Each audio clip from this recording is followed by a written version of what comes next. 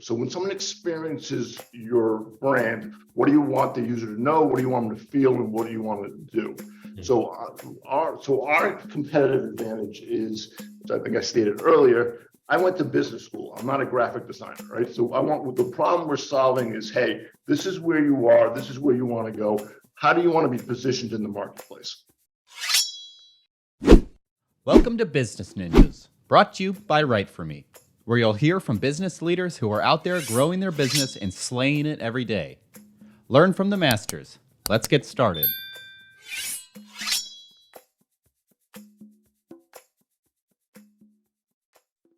Hey everybody, this is Max Pittman from WriteForMe, and you're listening to an episode of our Business Ninjas podcast, where we meet the experts who are making things happen and scaling their businesses. And today we're talking about information experts with Mr. Adam Levin, who is the CEO at Information Experts. Adam, thank you so much for joining us today.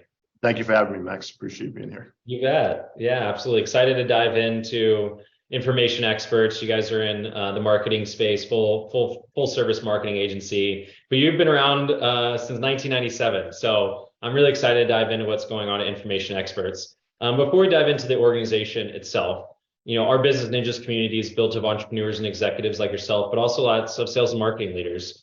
So as the CEO at Information Experts, I'd love it if you can give our community, introduction to who is Adam, a little bit about what you're focused on as well. So yeah, if you want to start with, giving our community a little bit of an introduction to yourself, that'd be great. Sure, super. So my name is Adam Levin. I studied marketing at Bryant University. And again, I think we talked I'm way older than you. So I graduated college in '87, right? So I was in the '80s. I was in college and studied business administration, marketing, and entrepreneurship. And my first branding gig was I ran the ultimate Frisbee team, got everyone organized and branded I went and got contacted Whammo and got Frisbees made up, right? And oh, cool. Like the dude from the Grateful Dead with the chain, and we branded it and put it on the Frisbee, and we were called the Ultimate Messengers. And I had T-shirts made up, and we had like professional Frisbees, so everyone got super jazzed about the Frisbee team. So I was like, all right, that was like my first successful branding gigs. College was great. I was entrepreneurial I was working a couple different jobs. And at the time, you could put yourself in college because it wasn't so crazy expensive. And then I got out of school, worked different jobs, got promoted. I was in outside sales. I became like VP of sales and marketing. And the gig was like, we want you to take over the marketing as well. So I learned, I branded the company, built out sales decks, did a website, and did the messaging, and fell in love with the process. I said, this is what I want. This is what I was born to do. And I got super passionate and energized about doing this. And then at the time, my ex-wife had a training company, was Information Experts. And then I came in and built out the marketing practice. This is 1997. Mm-hmm. So at the time we were doing mostly project-based work. Mm-hmm. And then the company has now evolved to more of a digital, it is a digital marketing play on a subscription basis. Mm-hmm. So we work with a lot of clients on a monthly basis. So it's either we're acting as a full outsource solution or only handling certain functions of theirs. So we won a ton of awards for our website development. One of the things that kind of separates us is I went to business school, right? I'm not a graphic designer, right? Mm-hmm. So our practice is around the overall market strategy, helping clients build out their content, and then implementing on the design. So but from us, I want to know, hey, where are you now? Where do you want to go, and how can we help you build the communication tools? Very cool. I love it. Yeah, let's dive into that here in a sec. But I do want to say, very, very cool, kind of going all the way back to your first brand partnership that you built, the digital agency you guys have been building out. And I do want to go back to your original story about what brought you and kind of into the marketing world, and you started your brand partnership with with the Frisbee company. And, yeah, actually I started the brand partnership with Whammo, right? Right. And I'm just thinking like, today you have, Instagram influencers getting DMs from brands, and it's so easy for companies today to like get partnerships started. So like when you started the partnership back in like back in college, like how did that conversation go? Like was it well, it's fun. It's a great question because in 86, 87, there were no DMs, right? yeah. So you literally had, I think I wrote a letter to Whammo. Mm-hmm. Is how I reached out and set up that partnership. And to me, marketing, it's all about building an experience, right? So if you get people excited, I was into Frisbee, right? So I'm like, let's get this Frisbee team energized. And then when you do a really good job, which I'm 21 at the time, right? I didn't realize I was doing that. But if you're really building out the brand, right? You have like world-class, you have the best Frisbees. They're branded with your college name on it. You got a cool thing, which we didn't get licensing rights from the dead, but I don't think they cared. And you're getting T-shirts, and people are walking around with their Frisbees, and people are getting energized, right? So that to me was all about branding to create an overall experience that people wanted to be part of that community. Yeah, I love it. That's so cool. Yeah, it's funny just to hear like, the way people are doing those partnerships these days are just so different. And I'm even in the process. I have a team that I have a group of guys that I golf with, and we were trying to like grow our own brand a little bit. Building like for us, it's like towels and hats and shirts like that all have our kind of custom logo that I built on it as well. So yeah, exactly, and that's exactly it, because now you've branded an experience. Yeah, your buddies are excited that they put their shirts on, they bring the towel, everyone's pumped, right? Yeah, exactly. Yeah, I love it. That's great. And so you just started talking a little bit about like who you guys are as an agency, and I know you've been doing this for a long time, and I don't want to put you on the spot, but but you will. Okay. I've imagined you've done this pitch a long time, and like, can you give me information experts elevator pitch? Like what problem are you guys solving specifically? So we're basically helping companies communicate their why, right? I want to know, when we do an engagement, I want to know, why did people buy from you? Not a featured benefit set. I want to know what problem you're solving. Okay. So I want to get that information from you. I want to know the why, right? And then I also want to figure out who your ideal client, your ICP, who's your ideal client profile, right? Once I have that, now I want to know, and I didn't make this up, but it's brilliant. I want to know the know, feel, do. So when someone experiences your brand, what do you want the user to know? What do you want them to feel? And what do you want them to do? So our competitive advantage is, which I think I stated earlier, I went to business school. I'm not a graphic designer, right? So the problem we're solving is, hey, this is where you are. This is where you want to go. How do you want to be positioned in the marketplace? And we're going to help you get there. And you can do that through the various communication tools.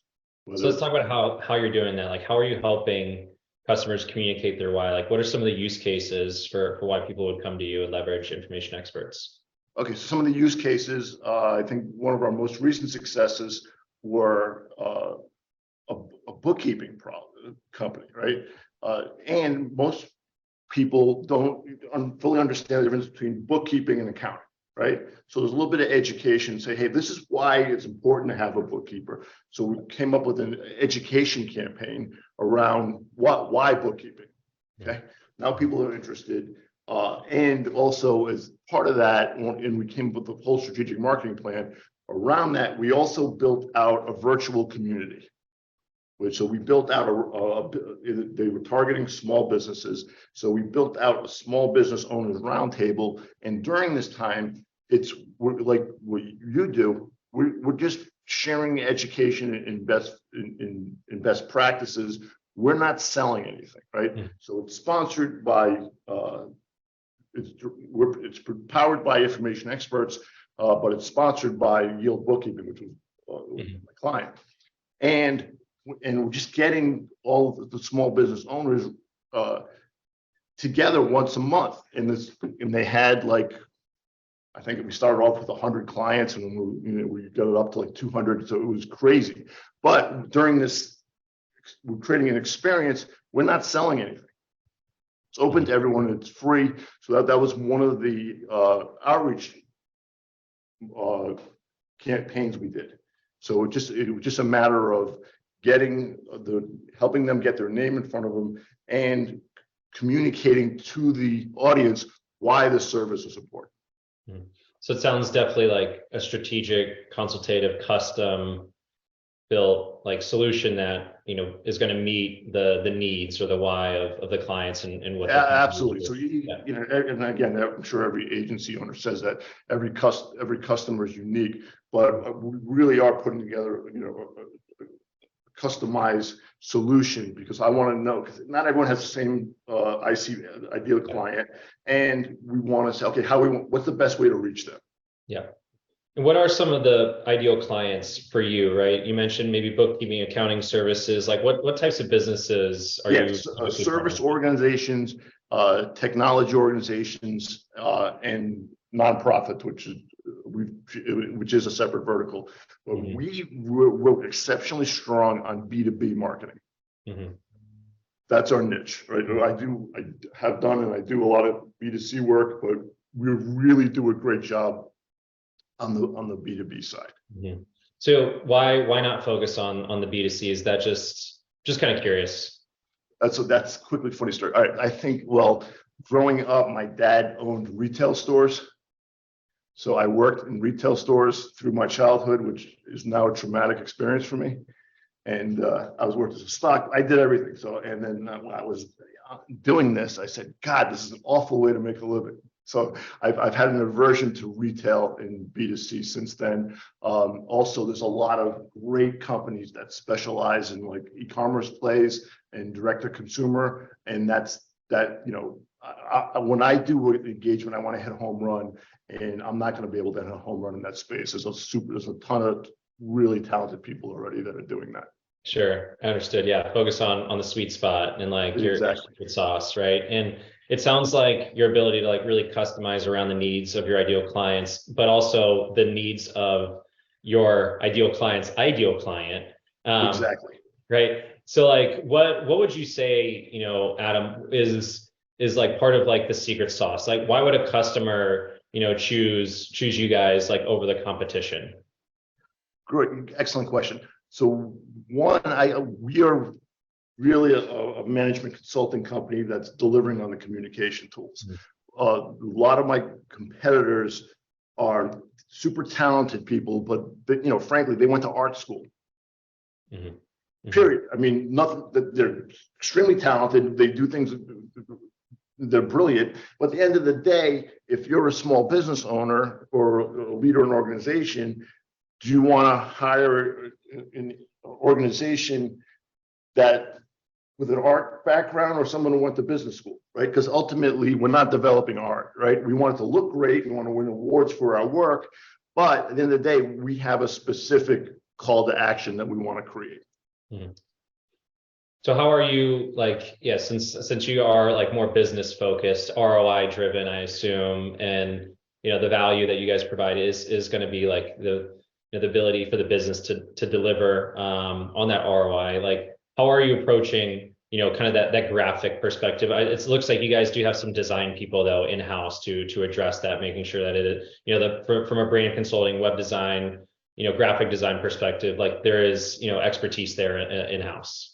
Absolutely. So one of the things I'm really proud of is my VP of design is going to be with me for 10 years. He's having his 10-year anniversary. And this guy's won a ton of awards. And he understands the business mindset, and he has a team under him as well. So we can say, hey, the no filter do is this is the behavior we're trying to drive. So let's focus on building a communication tool that does that. So when someone experiences that, this is what we want them to know, feel, and then do. Gotcha. Definitely. Yeah. Obviously, that's a big piece of the services you provide. Like, And, from the outside looking in, like, it's always kind of hard to tell, but, you've been at this for 28 years with information experts. Like, tell me, I guess, a little bit about like how the business has grown. Could be in general, or maybe even, well, actually, that's a great question, Max. And to be more direct, it hasn't. It's gone through iterations, right? It's grown, it's retracted, and it's grown, right? So it hasn't been a hockey stick, right? It's been more of a up and down. During 2000s, we got involved with government contracting, right? And we still work with federal government, a lot of great people, great contracts, but we kind of we repositioned it to treat the federal government as a vertical versus, because what happens is within that space, you win a couple contracts, you win another one, and all of a sudden, now you're a government contractor. Because it takes over your world, right? And it's a different vibe. It's a different business. It's fantastic. But at the end of the day, that's not. I don't wake up every morning and be totally pumped to be a government contractor, right? So we've evolved and kind of pivoted, and I get a big rush out of working on the commercial business side. Gotcha. Right? That's my jam, right? Like, I like meeting with leaders. We make a decision, we can turn on a dime, we can make stuff happen. Gotcha. So it sounds like the evolution has been almost like, okay, our ICP is changed a lot over time, but naturally, like, it's brought us to today to what you want to focus in on, which is commercial B2B digital. Yeah, commercial B2B, and also had some really good success with some nonprofits that run like businesses, right? Because they want to create a social profit, and we've got some really good clients there as well, which is cool. I still treat them the same, right? We don't treat it, whether it's a nonprofit or a commercial client, any differently. We still have specific marketing and reach objectives, and then with a nonprofit, they're creating, instead of a net income, they're creating a social profit that they can put back into the organization. Yep, definitely. Yeah, the nonprofits and for-profits still at the same time, like, the messaging is different, but the content is typically similar. How are you, like, thinking about, like, the this year and next year, right? Like, how are you thinking about growing and scaling? As again, like you've seen, it hasn't been hockey stick up and to the right, it's been up and down. Right. So, like, what's next, for you guys? So I think what's next for us is we're really focused on going deep within our clients, instead of previously we were kind of wide. You're trying to sell everything and doing a bunch of projects for everyone, and now we're getting more focused within our client base.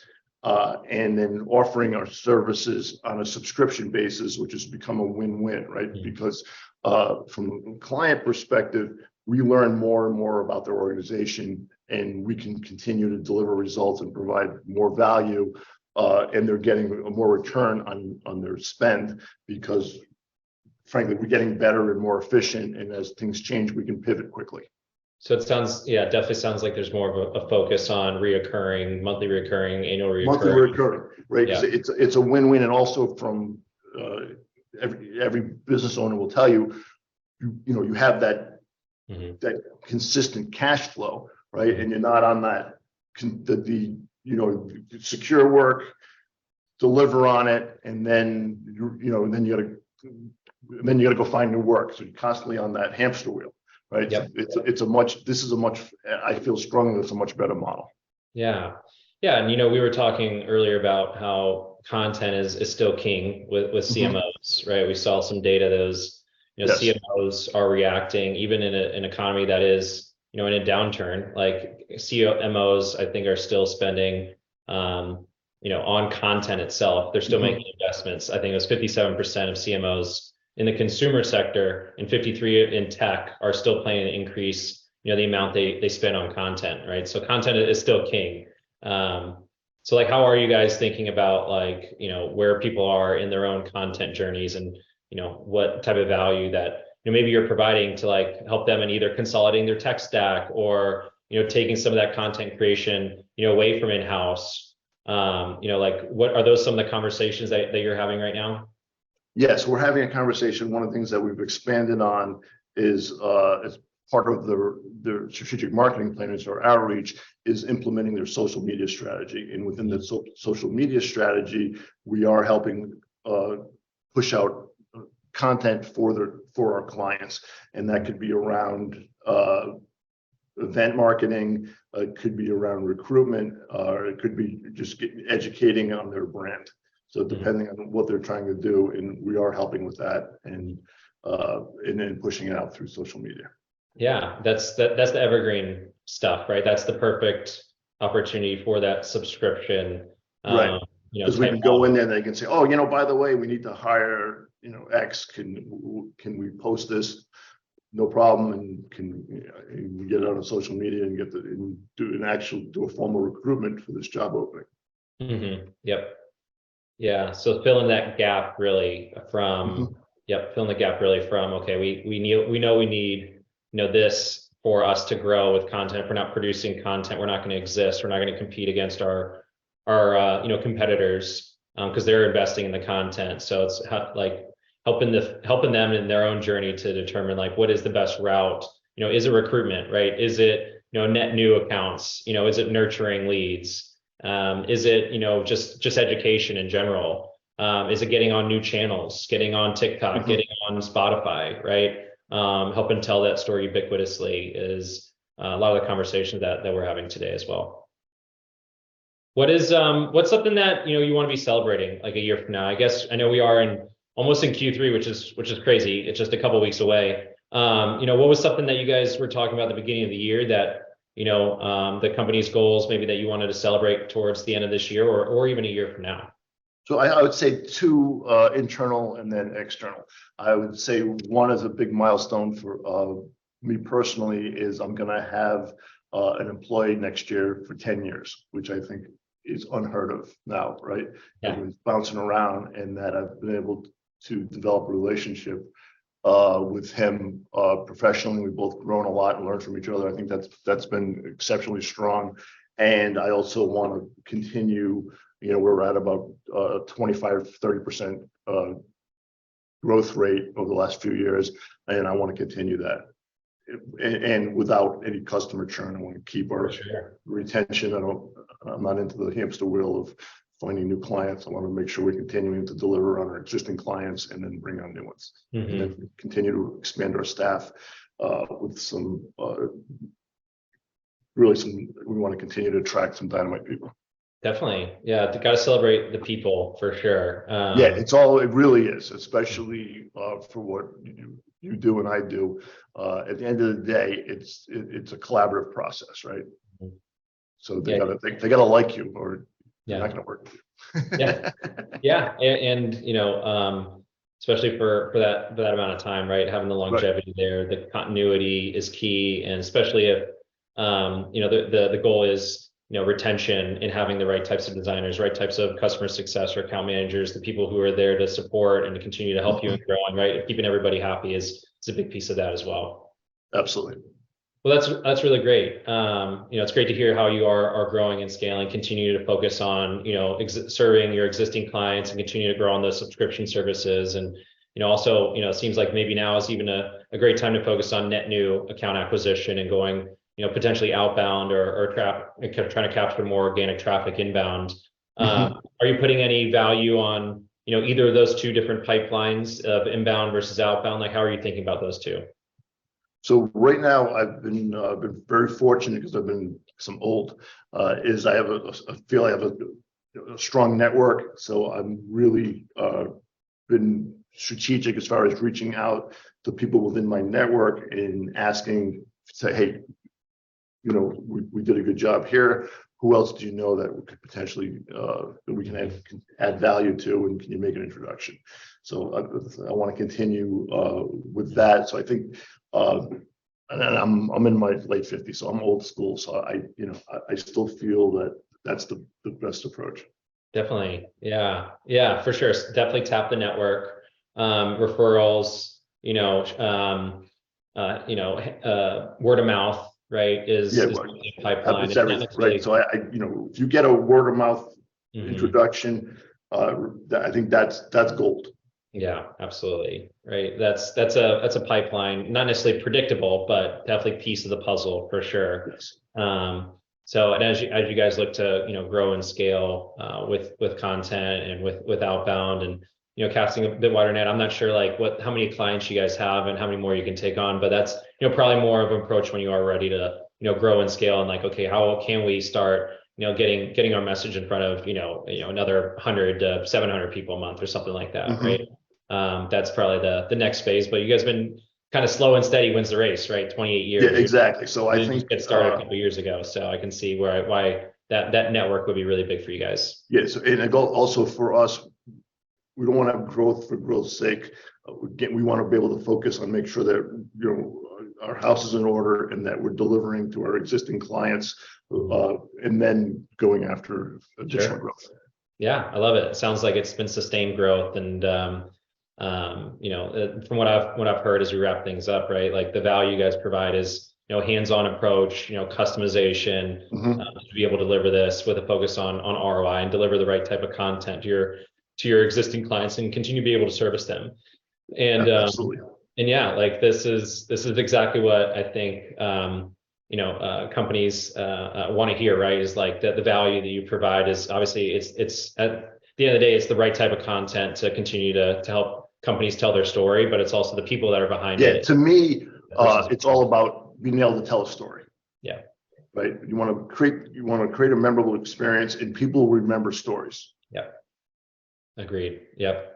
Preaching the choir. Exactly. You got to tell a story. Yeah. Like, think about, the early, Gatorade ads, like, I want to be like Mike, like that's a story, right? Like Michael Jordan's story is right.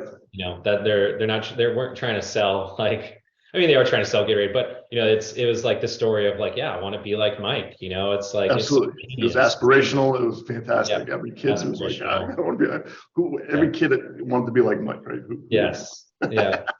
And I think about, I could go on for days about like different branding examples, but it's not necessarily about what you sell. It's about how, it's about the stories you tell.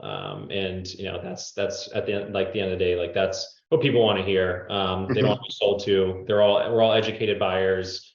People are going to do their own research. So it's giving them the tools that they need to be able to come to those conclusions, to identify what the right fit is for them. And that's where I think like marketing has evolved to these days. I agree 100%. So as we wrap things up, I love it, Adam, if you could, anything you want, any advice you want to provide, to our community, you've been at this for a long time, and where can people find you? All right. So you can find me at alevin@informationexperts.com.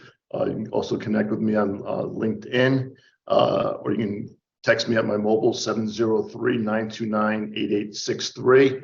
And to me,